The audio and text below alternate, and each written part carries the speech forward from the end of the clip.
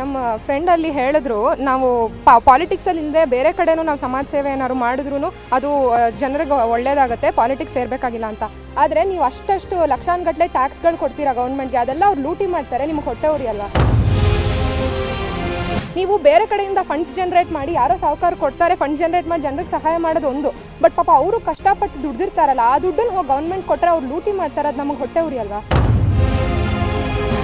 Okay, so ಹೊಟ್ಟೆ ಊರಿಗಾದ್ರೂ ಪಾಲಿಟಿಕ್ಸಿಗೆ ಸೇರಿ ಅಂತಾರೆ. ಓಕೆ,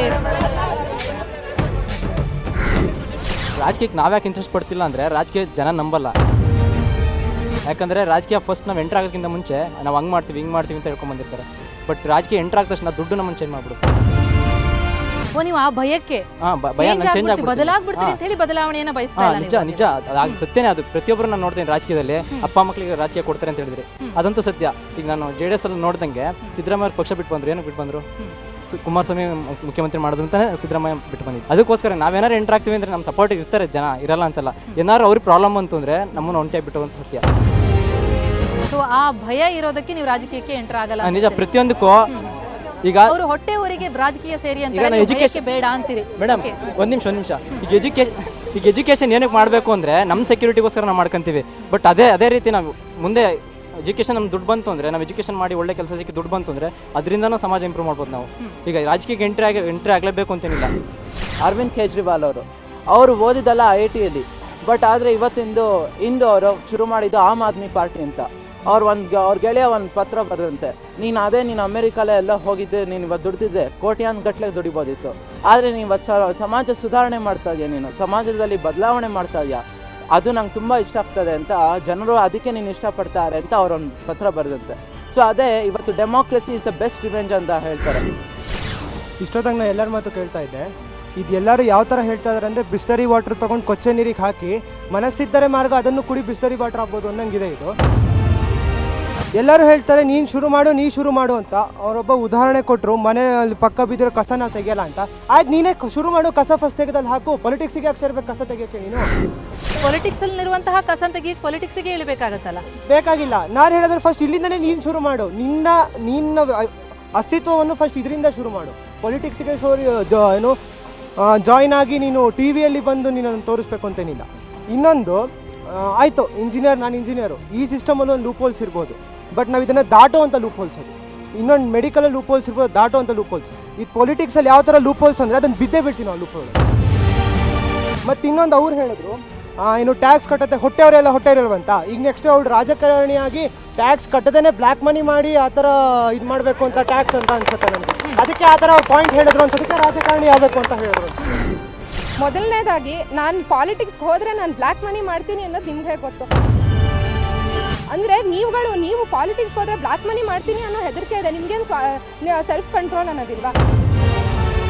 ಎರಡನೇದು, ನೀವು ಸಾಫ್ಟ್ವೇರ್ ಕಂಪನಿಗಳು ಸೇರಿಕೊಂಡು ಫಾರಿನ್ಗೆ ಹೋಗ್ಬಿಟ್ಟು ಅಲ್ಲಿ ಇದನ್ನು ರೆವೆನ್ಯೂ ಇನ್ಕ್ರೀಸ್ ಮಾಡ್ತೀರಾ, ಅವ್ರುಗಳಿಗೆ ದುಡಿತೀರಾ. ಅದ್ರ ಬದಲು ನಮ್ಮ ದೇಶಕ್ಕೋಸ್ಕರ ನಾವು ಉದ್ಧಾರ ಮಾಡೋದಕ್ಕೆ ದುಡಿಯೋಕ್ಕಾಗಲ್ವಾ ಅಂತ. ರಾಜಕೀಯ ಅನ್ನೋದು ರಾಜ್ಯದ ಜನರ ಕೀರ್ತಿ ಮತ್ತು ಯಶಸ್ಸನ್ನು ಕಾಪಾಡುವ ಒಂದು ಕೆಲಸ ಅಂತ ಇತ್ತು. ಇವಾಗ ಅದೇನಾಗಿದೆ ಅಂದ್ರೆ ರಾವಣ ಜರಾಸಂಧ ಕೀಚಕರ ಯುದ್ಧ ಕಾಂಡ ಆಗಿದೆ. ಕೆಟ್ಟ ಇದೆ ಅಂತ ಗೊತ್ತಿದ್ರು ಮುಂದೆ ಹೋಗಿ ಹಾರ್ಕೊಳ್ಳೋಕೆ ನಾವೇನು ಲೂಸ್ಗಳಲ್ಲ, ಸರಿ ಇದ್ದೀವಿ. ಸೊ ಸಮಾಜ ಸೇವೆ ಮಾಡಬೇಕು ಅಂತಾನೆ ಇದ್ರೆ ಯಾಕೆ ರಾಜಕೀಯಕ್ಕೆ ಹೋಗ್ಬೇಕು?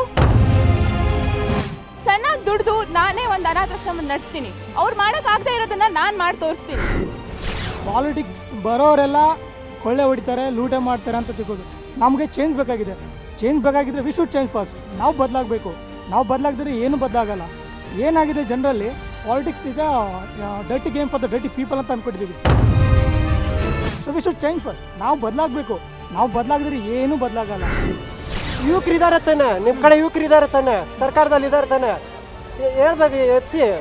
ಇರುವಂತಹ ಯುವಕರ ಹತ್ರನೇ ಏನು ಸಾಧಿಸಲಿಕ್ಕೆ ಸಾಧ್ಯ ಆಗ್ತಾ ಇಲ್ಲ, ಬದಲಾವಣೆನೂ ತರಕಾಗ್ತಾ ಇಲ್ಲ. ರಾಜಕೀಯದಲ್ಲಿ ಯಾರಿದ್ದಾರೋ ಯೂತ್ಸ್ ಅವರಿಂದಲೇ ಇನ್ನೊಂದಿಷ್ಟು ಯೂತ್ಸ್ ಬಂದು ಇನ್ನೇನು ಮಾಡಕ್ಕೆ ಸಾಧ್ಯ ಅಂತ ಅನ್ನೋದು ಅವ್ರ ಧೋರಣೆ. ಒಪ್ತೀರಾ ನೀವು? ನೀವು ಹೇಳ್ದಂಗೆ ಯುವಕರು ಅಂತ ಯಾಕೆ ಎಲ್ಲರೂ ಹೇಳ್ತಿದ್ದಾರೆ ಅಂದರೆ, ಈವನ್ ಹಿಂದಿನ ಕಾಲದಿಂದ ಚಾಣಕ್ಯದಿಂದ ಇವಾಗಿರೋ ಅಟಲ್ ಬಿಹಾರಿ ವಾಜಪೇಯಿವರೆಗೂ ಎಲ್ಲರೂ ಯುವಕರು ಯಾಕೆ ಮುಂದೆ ಬರಬೇಕು ಅಂತಿದ್ದಾರೆ ಅಂದರೆ, ಅವ್ರು ಆಗ್ತಾನೆ ಓದ್ಕೊಂಡಿರ್ತಾರೆ, ಸಮಾಜದ ಬಗ್ಗೆ ಆಗ್ತಾನೆ ತಿಳ್ಕೊಂಡಿರ್ತಾರೆ. ಅವರು ನಿಂತರೆ ಸುಮಾರು ವರ್ಷ ದೇಶಕ್ಕೆ ಮಾಡ್ಬೋದು, ಸಹಾಯ ಮಾಡ್ಬೋದು. ಭವಿಷ್ಯ ಇದೆ ದೇಶಕ್ಕೆ ಅಂತ. ಭವಿಷ್ಯ ಇದೆ. ಮತ್ತೆ ಅದಕ್ಕೆ ಸಪೋರ್ಟ್ ಆಗಿ ನಾವು ಹಿರಿಯರು ರಾಜಕಾರಣಿ ಆಗ್ಬಾರ್ದು ಅಂತ ನಾವು ಯಾವತ್ತೂ ಹೇಳಿಲ್ಲ. ಅವ್ರ ಹಿಂದೆ ನಿಂತು ನಮಗೆ ಪ್ರೋತ್ಸಾಹ ಕೊಡಬೇಕು. ಅವ್ರ ಎಕ್ಸ್ಪೀರಿಯನ್ಸ್ ನಮಗೆ ಹೇಳಿ ಇದು ತಪ್ಪು ಇದು ಸರಿ ನೀವು ಮಾಡಿ ನಿಮ್ಮ ಯೋಚನೆನೂ ಅದಕ್ಕೆ ಅಳವಡಿಸಿ ಅಂದರೆ ನಮ್ಮ ದೇಶ ಸುಮಾರು ಚೇಂಜಸ್ ಆಗ್ಬೋದು. ಇವ್ರು ಹೇಳ್ತಿದ್ದಾರೆ ನಾವು ಯುವಕರು ಹೋಗಿ ಇವಾಗ ರಾಜಕೀಯದಲ್ಲಿ ನಿಂತ್ಕೊಂಡ್ರೆ ಅಭಿವೃದ್ಧಿ ಕಾಣ್ಬೋದು ಅಂತೆ. ಈ ಮಾತೆ ನಿಜವಾಗಿದ್ರೆ ಇನ್ನೂ ತನಕ ಯಾಕೆ ಆ ಯುವಕರು ಹೋಗಿ ರಾಜಕೀಯದಲ್ಲಿ ಎಲೆಕ್ಷನ್ ನಿಂತು ಗೆದ್ದು ಬಂದಿಲ್ಲ? ಮತ್ತೆ ಇವ್ರು ಇನ್ನೊಂದು ಮಾತನ್ನು ಹೇಳ್ತಿದ್ದಾರೆ, ಹೊಟ್ಟೆ ಊರಿಗಾದ್ರೂ ಅಟ್ಲೀಸ್ಟ್ ರಾಜಕೀಯಕ್ಕೆ ಸೇರ್ಕೊಳ್ಳಿ ಅಂತ. ಏನೂ ಇಲ್ದೇನೆ ರಾಜಕೀಯಕ್ಕೆ ಸೇರ್ಕೊಂಡಿರೋರಿಂದನೇ ನಾವು ಪಡ್ತಿರೋ ಪಾಡು ಸಾಕು. ಇನ್ನು ಹೊಟ್ಟೆ ಊರಿಗೆ ಪಟ್ಕೊಂಡು ಅವ್ರು ರಾಜಕಾರಣಿಗಳಾದ್ರೆ ನಾವು ಪಡ್ತಿರೋ ಪಾಡನ್ನ ಯಾವ ರೀತಿ ಹೇಳಬೇಕು? ಮತ್ತೆ ಇನ್ನೂ ನಮ್ಮ ಫ್ರೆಂಡ್ ಹೇಳಿದ್ರು, ನಮ್ಮ ಫ್ರೆಂಡ್ ಇನ್ನೊಂದು ಒಂದು ನಿಮಿಷ ನಾನು ಮಾತಾಡ್ತೀನಿ ಮುಗಿಸ್ಮೇಲೆ ನಮ್ಮ ಫ್ರೆಂಡ್ ಇನ್ನೊಂದು ಮಾತು ಹೇಳಿದ್ರು, 50 to 60% ಜನ ಎಲೆಕ್ಷನಿಗೆ ನಿಂತ್ಕೋಬೇಕು ಅಂತ ಹೇಳಿದ್ರು.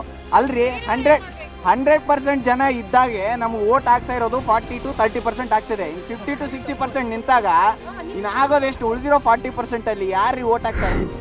ಈ ಆಡಳಿತ ಎಲ್ಲ ಮಾಡುವುದು ನಮ್ಮ ಕೈಯಲ್ಲಿರೋದು. ಅದರಿಂದ ನಾವೇ ರಾಜಕೀಯಕ್ಕೆ ಹೋಗದೇ ಇದ್ರೆ ಅವ್ರು ಹಾಗೆ ಮಾಡ್ತಾರೆ ಇವ್ರು ಹಾಗೆ ಮಾಡ್ತಾರೆ ಫೇಸ್ಬುಕ್ಕಲ್ಲಿ ಲೈಕ್ ಕೊಟ್ಕೊಂಡು ಸರಿ ಇಲ್ಲ ಅಂದ್ಬಿಟ್ಟು ಮಾಡಿದರೆ ಸಾಕಲ್ಲ.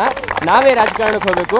ಆ ಕೆಲಸವನ್ನು ನಾವೇ ಮುಂದೆ ಫೇಸ್ಬುಕ್ ರಾಜಕಾರಣ ಸಾಕು, ರಿಯಲ್ ರಾಜಕಾರಣ ಬೇಕು ಅಂತ ಹೇಳ್ತಾರೆ.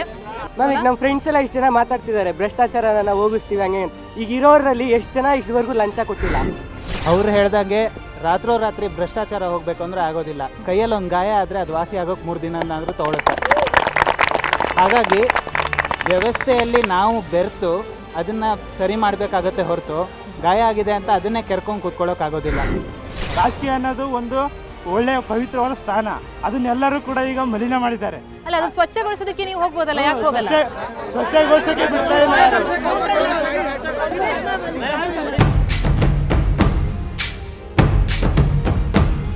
ವಾಗ್ವಾದ ಬೆಳೀತಾನೆ ಇದೆ. ಇದು ಕೊನೆಗೊಳ್ಳುವಂತಹ ಕ್ಷಣಗಳೇ ಕಾಣಿಸ್ತಾ ಇಲ್ಲ ಅಂತ ಅನ್ಸುತ್ತೆ. ಯಾಕಂದ್ರೆ ರಾಜಕೀಯ ಅನ್ನುವಂತಹ ವಿಚಾರನೆ ಹಾಗೆ, ಅದು ಬೇಕು ಅನ್ನೋರು ಇದ್ದಾರೆ, ಬೇಡ ಅನ್ನೋರು ಇದ್ದಾರೆ. ಯಾಕಂದ್ರೆ ಅದು ಬೇಕೋ ಬೇಡೋ ಅದ್ರ ನಮ್ಮ ಎದುರಿಗೆ ಇರುವಂತದ್ದು. ಅಂತಹದೊಂದು ಕರಿಯರ್ ಅನ್ನ ಆಯ್ಕೆ ಮಾಡಿಕೊಳ್ಳುವಂತಹ ಸಂಖ್ಯೆ ಜಾಸ್ತಿ ಆಗಲಿ ಅಂತ ಹೇಳ್ತಾ ಈ ವಾಗ್ವಾದವನ್ನ ಮುಗಿಸ್ತಾ ಇದೀವಿ. ಆದ್ರೆ ಇಲ್ಲಿರುವಂತಹ ಯುವ ಜನತೆಗೆ ಒಂದು ಸರ್ಪ್ರೈಸ್ ಕಾದಿದೆ. ಆ ಸರ್ಪ್ರೈಸ್ ಏನ್ ಗೊತ್ತಾ?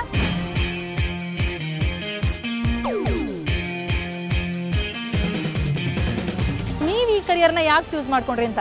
It was all unexpected.